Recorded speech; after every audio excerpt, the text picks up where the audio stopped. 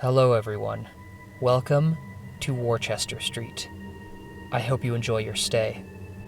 This week, our story follows two brothers who venture into the Louisiana swampland and unwittingly enter the territory of a creature that stalks the bayou at night. When I was growing up, my dad would take my older brother Johnny and I on trips up the Louisiana bayou to go hunting and fishing every summer. Our dad started the tradition when we were little kids, and it was always a highlight of each summer. As time went on, Johnny and I grew older. Schedules conflicted, and we missed a year. Then another, then another. We each just started doing our own thing. That is, until earlier this year when our dad passed away. Johnny called me up and suggested we go on another weekend fishing trip in honor of our dad. I agreed immediately and began packing my things. I packed up my fishing gear, some trail cameras, and a bow for hunting game. We set off early Friday afternoon when the sun was still high in the sky. I don't know how much experience you have with the Louisiana Bayou, but it's basically just a slow-moving swamp.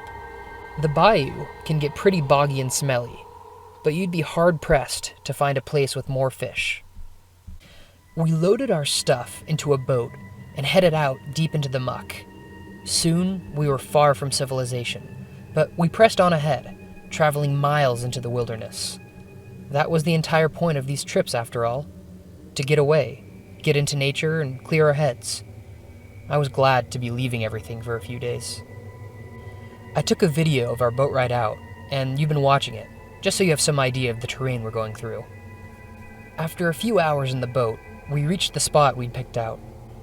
Every summer, our dad would pick a new branch of the bayou to explore, so this year we'd done the same. There was something exhilarating about the idea that you were the first to explore a place. We pulled our boat onto the shore and set up a few trail cameras to detect motion. We were planning on using them to see if the game trails around here were still used by deer and other game. Johnny and I found a good fishing spot and managed to reel in a few fish. The day passed and the sun started to get lower in the sky. I had just pulled in my third fish when Johnny called out to me. I looked up to see him pointing across the river. "Look at that," he said. This is what we saw. "Oh, you know we have to go check that out," Johnny said. I was worried for a minute, but the house was clearly abandoned and empty. On top of that, we were dozens of miles from the nearest person who might care. We ran back to our boat and used it to cross the river, reaching the house. It looked like it had been abandoned for about a decade, just long enough for all the wood to be warped and rotted, but not long enough to start falling over. The house was full of stuff. Even plates and food were left out on the counter. "It looks like whoever was living here didn't care about leaving anything behind," I said. Then I turned to look into the living room. Someone had carved huge letters into the wall above the couch. It said, "These are his woods." "These are his woods?" Johnny asked. "Who is he?" I told him I didn't know. Something about the letters unsettled me. The way they were written, as if in a rush, like someone was in a hurry to scrawl them out. I looked back through the front of the house windows, out at the woods, looking for... I don't know what. "Let's get out of here, man," I said. We left the house and crossed back over the river to our camp. Camping in a tent in the marshy bayou is a bad idea, so our dad had always taught us to use hammocks when we're out there. I climbed up a tree and strung my hammock about 10 feet off the ground, and Johnny did the same to a pair of trees nearby. After that, we found a solid piece of ground, started a fire, and cooked some of our fish. I still couldn't shake that uneasy feeling I'd gotten from the house. It just didn't make sense, and it didn't seem like the kind of thing a person would do as a prank. I felt a little better as I ate my food. It was probably all in my head anyway. Me and Johnny traded stories about our dad. We ate our fish and just caught up with each other. It had been a while since we'd done something like this. By the time it got dark, I was more than ready to crash. I climbed the tree and into my hammock. Soon, I had fallen fast asleep. It was sometime later, I don't know exactly how long, that I was woken up by the sound of something rustling through our things down on the ground below me. At first, I thought it was Johnny grabbing something. But no, there was another sound. The best way I can describe it is like this. If you start breathing in and slowly close your windpipe as you breathe, when it's almost closed, it'll make this strange croaking noise. That is the sound I heard from below us. I stiffened in my hammock, but turned my head to the side, looking towards where Johnny was hanging. He was staring at me, an expression of confusion and fear on his face. I put my fingers to my lips, and he nodded. The croaking sound continued, punctuated by crashing noises, as this thing below us rooted through all our stuff.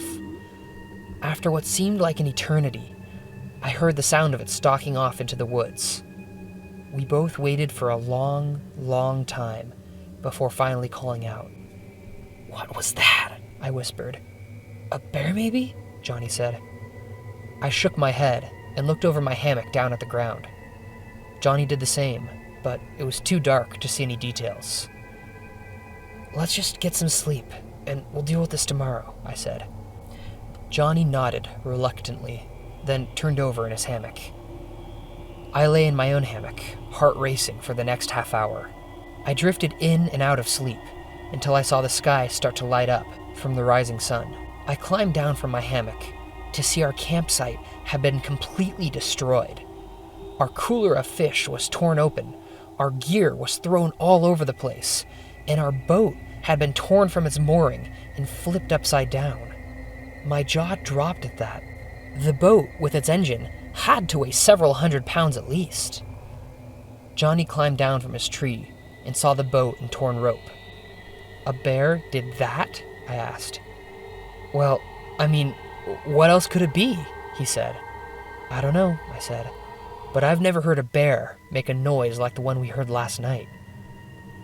We did our best to clean up the area. We thought about calling off our trip. We thought about just calling off our trip, but we figured that as long as we were better about keeping our food sealed up, we'd probably be fine. We spent the rest of the day just trying to relax. We fished, bow hunted some squirrels, and soon the night's events seemed like nothing more than a hazy memory. Still, when I saw the sun was going down, I felt my stomach tighten. As we made our way back towards camp, I grabbed one of the trail cams that we'd set up. "Why are you bringing that?" Johnny asked.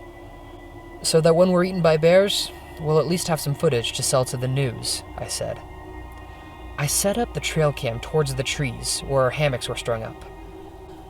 We decided to store our food up in a place further inland, setting it a ways away from our hammocks, just in case that thing came back. We ate some jerky, talked for a little bit, then crawled into our sleeping bags. I tried to fall asleep, but ended up spending a few hours just staring at the stars through the leaves. I knew it was unlikely that the creature would come back, but something about that sound it made. It gnawed at my mind. It didn't sound like anything I'd heard from an animal before. I must have nodded off at some point, because I was woken up by the sound of something rooting through our things over at the place where we'd left them. Our stuff was probably 100 feet away, but in Louisiana, that meant it was still completely hidden by leaves. The same croaking sound echoed from the area. I got on all fours in my hammock to try and catch a view of the area. Then, I felt my right hand slip on the fabric.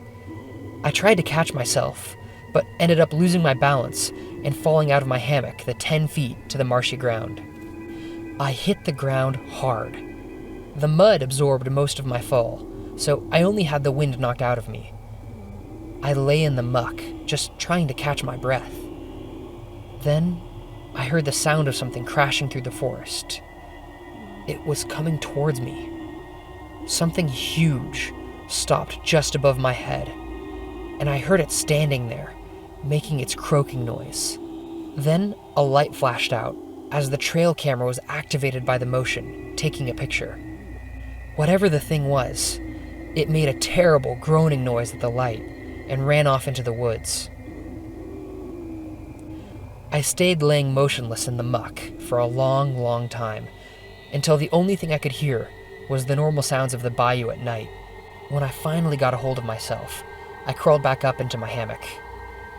I looked over at Johnny and saw him staring at me with a hand over his mouth. It looked like a goat, he whispered. I lay in my hammock, my clothes wet and muddy, until the dawn broke.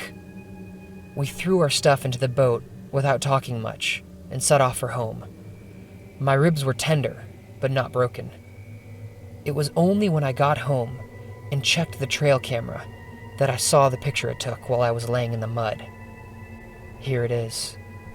I have no idea what this thing could be. If I find out anything else, I'll update you all here. I hope you all enjoyed this story. If you did, leave a like on the video and a comment to let me know.